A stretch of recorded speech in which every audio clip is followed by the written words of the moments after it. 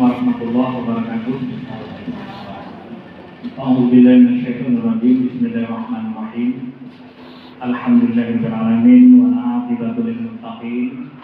Wassalatu wassalamu ala asyrafil anbiya'i wal mursalin wa ala alihi wa ashabihi ajma'in. Asyhadu an la ilaha illallah wahdahu la syarika lah wa asyhadu anna Muhammadan abduhu wa rasuluhu sallallahu alaihi wasallam. Pertama sekali marilah kita kembali menanyakan puji syukur kita kepada Allah Subhanahu wa taala karena pada siang hari ini Bapak-bapak, ibu-ibu, orang tua wali murid telah berkenan hadir sesuai undangan yang disampaikan oleh wali kelas kemarin, karena ada kegiatan yang harus kita sampaikan dan perlu disampaikan dan perlu bapak-bapak, ibu-ibu mengetahui. Kalau tidak kami sampaikan hal ini ada rasanya seperti tidak, karena anak bapak-bapak adalah anak-anak yang berprestasi di sini, makanya perlu kami sampaikan hal ini. Dan berkat rahmat Allah dan karunia-Nya kita bisa berhadir di sini. Kemudian salawat dan salam kepada junjungan kita Nabi Muhammad sallallahu alaihi wasallam yang telah meninggalkan pedoman hidup untuk kita, yaitu Al-Quran dan Sunnah, dalam rangka kita mencapai kehidupan yang bahagia di dunia ini dan di akhirat kelak.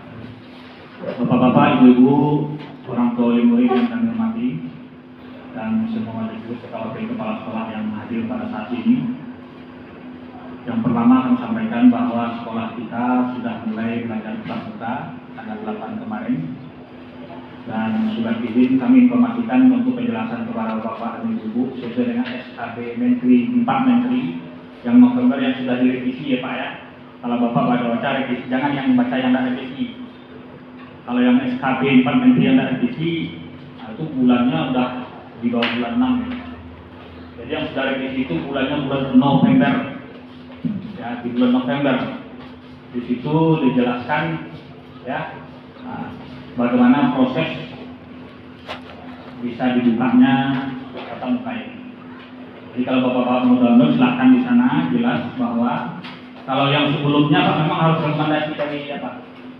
Kalau SKB 4 Menteri sebelumnya harus rekomendasi dari Pemda, baru bisa dikeluarkan seperti izinnya. Tapi dengan yang terbaru ini yang dikeluarkan oleh 4 Menteri itu, Menteri Pendidikan dan Kebudayaan, Menteri Kesehatan, Menteri Dalam Negeri dan Menteri Agama, itu yang berhak mengeluarkan untuk MTS, tidak MTS ke bawah itu kantor Kementerian Agama kabupaten atau kota. Kalau untuk aliyah itu ambil yang mengeluarkan dengan catatan sudah mengisi daftar periksa. Kalau kita di Kementerian Agama namanya EMIS ya Pak ya. Jadi aplikasi untuk apa? Aplikasi untuk sekolah di Kementerian Agama itu namanya EMIS. Kalau yang di Dinas Pendidikan itu Dapodik namanya. Berbeda, dulu kita Dapodik juga namanya, tapi setelah diganti ya. Jadi kita sudah mengajukan usulan karena daftar isian periksa itu sudah kita lengkapi. Nah, itu kita sudah tanggal 10 Desember surat izin kita sudah keluar.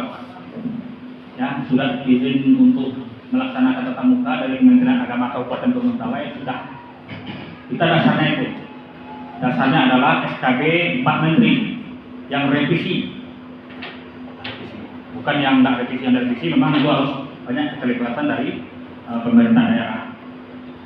Jadi di situ kalau bapak-bapak silakan download, pelajari itu. Jadi pemahaman kita sama dalam hal ini.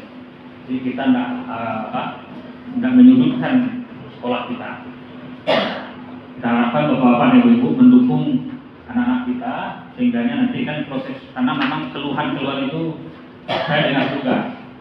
Mata anaknya lah sudah mulai kabur dan macam-macamnya. Bahkan ada salah seorang wali murid datang ke tempat saya, Pak, anak saya tidak bisa lagi buka apa-apa HP Pak, pinjamkan saya buku Pak, pinjamkan saya buku Pak, anak-anaknya tidak bisa lagi. Nah, jangan kalau buku tidak lengkap, karena kita kan untuk pembelian buku itu kan untuk beberapa buah, beberapa buku bahkan dalam 1 tahun itu 5 buah. Nah, jadi kalau banyak bulan nanti yang pinjam itu tidak bisa beli 1 orang nggak apa-apa lah, karena matanya sudah tidak bisa lagi. Jangan ngapain, jangan gitu ya. Kita itu orang tua udah lama ini sudah saya mata saya berair terus ini. Kalau sudah apa itu berair terus sudah kena ini. Karena seluruh WA kelas ini di sini semuanya masuk semuanya WA-nya. Kita tahu waktu kemarin ini memantau perkembangan anak-anak belajar via daring itu, semuanya kan ada sama saya gitu semuanya. Jadi siapa yang pagi-pagi itu yang belum mulai lah di telepon, ini kenapa belum juga Pak memberikan pembelajaran. Tapi kan itu tidak efektif. Sehingganya sampai saat ini kan masih ada juga di antara anak kita, silakan dulu baca WA kelasnya, yang belum selesai menyelesaikan ujian semesternya, karena terganggu itu. Apa yang kita harus tuntut mereka? Karena memang mereka ada kendala-kendala yang lain, makanya kita laksanakan tatap muka itu minimal terbengkalai kita di semester ganjil kemarin bisa kita selamatkan.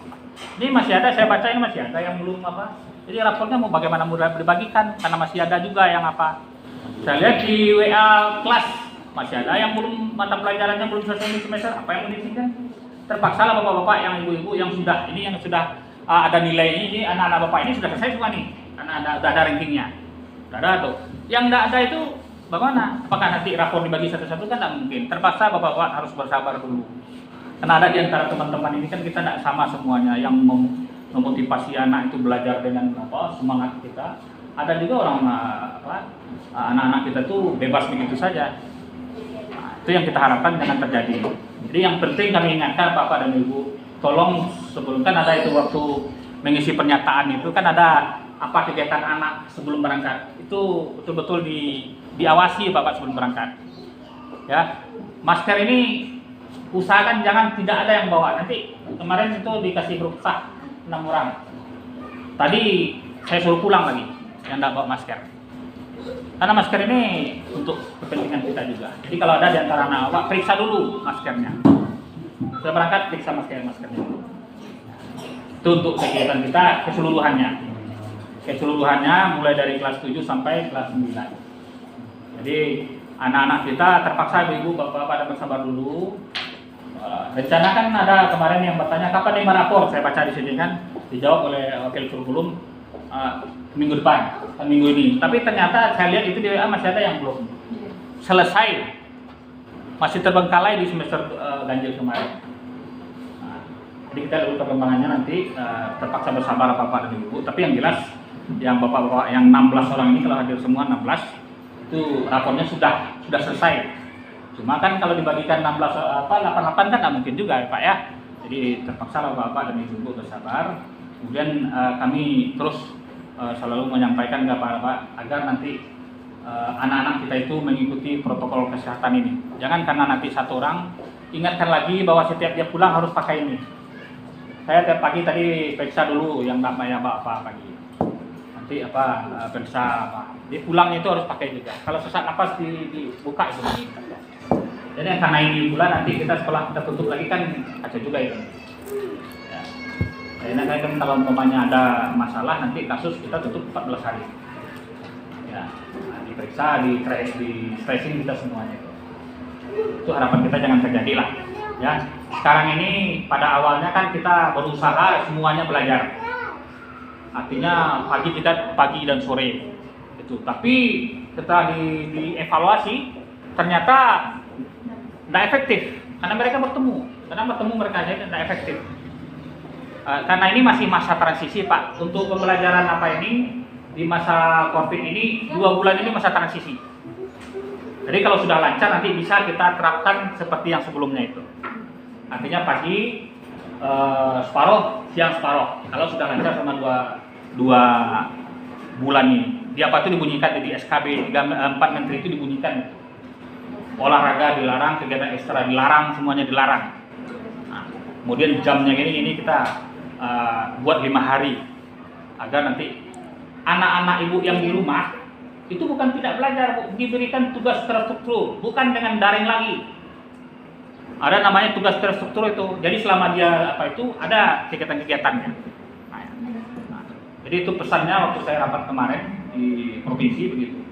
Bahkan di antara itu kemarin pas saya perlu sampaikan kepada ibu, seluruh kepala sekolah itu rata-rata sudah menerapkan tatap muka semuanya, MTSC Sumatera Barat. Ada satu dari Tanah Datar yang yang enggak angkat tangan pula gitu. Kena marahi di depan orang ramai. Dimarahi oleh kepala bidang itu, apalagi alasan kamu juga?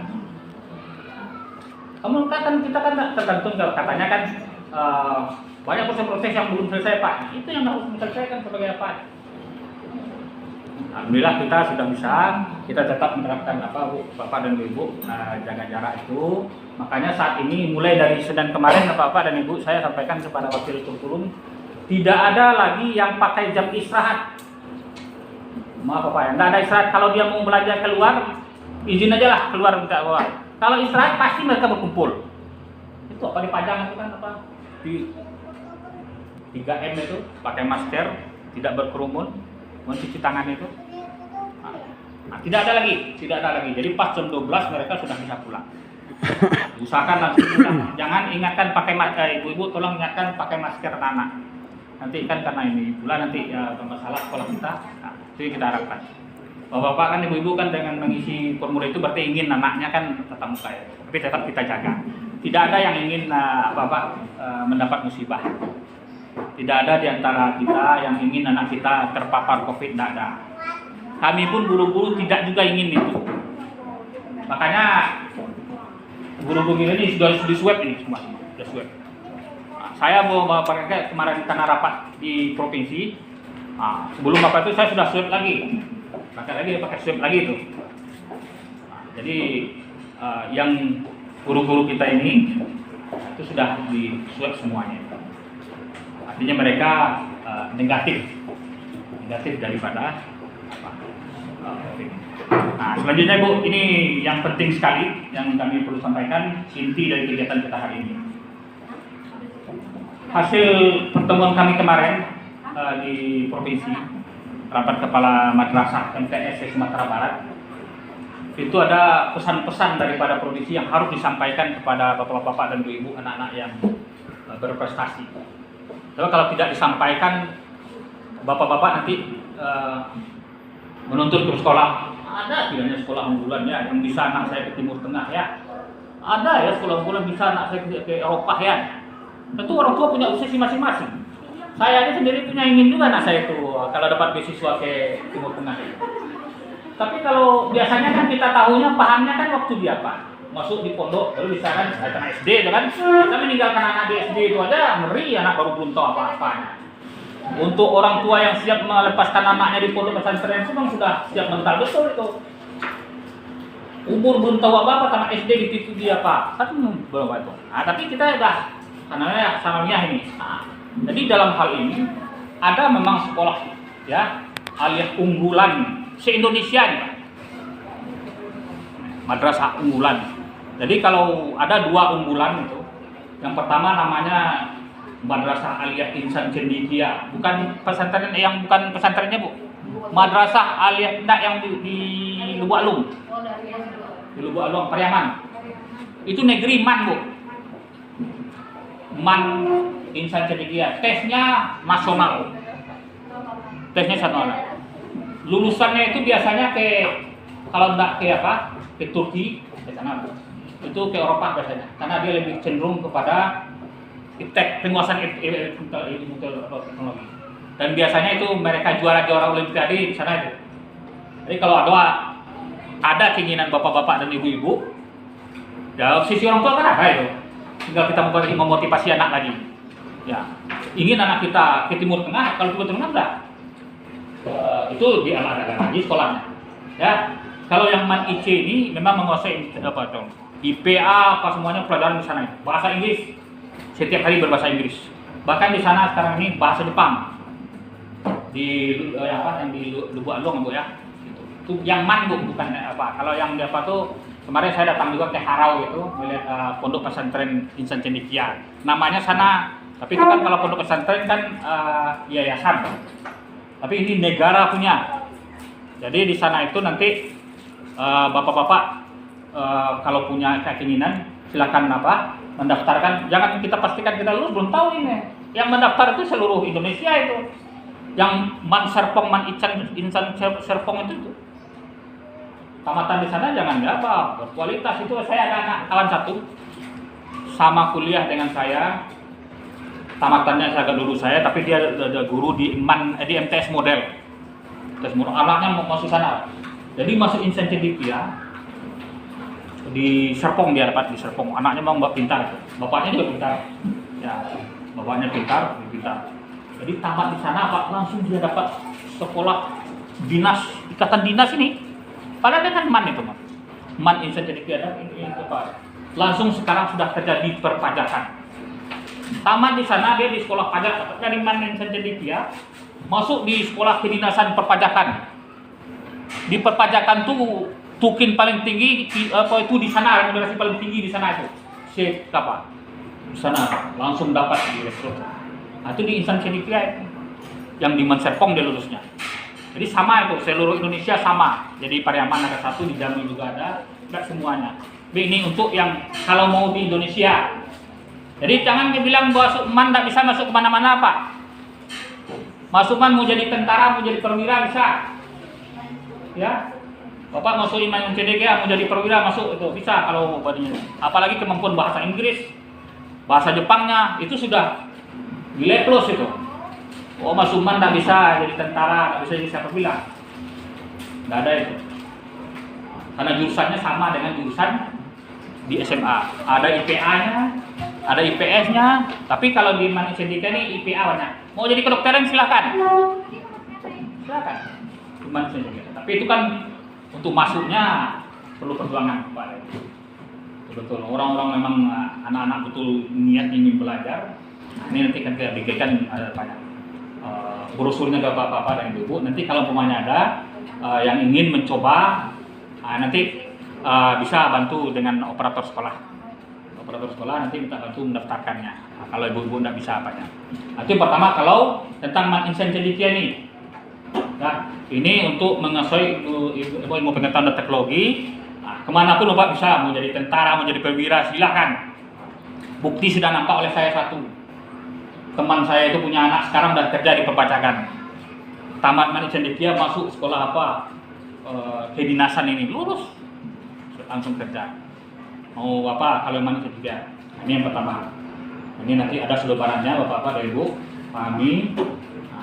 Anak ibu kan nanti itu kan 8 besar ya, tapi memang jalur.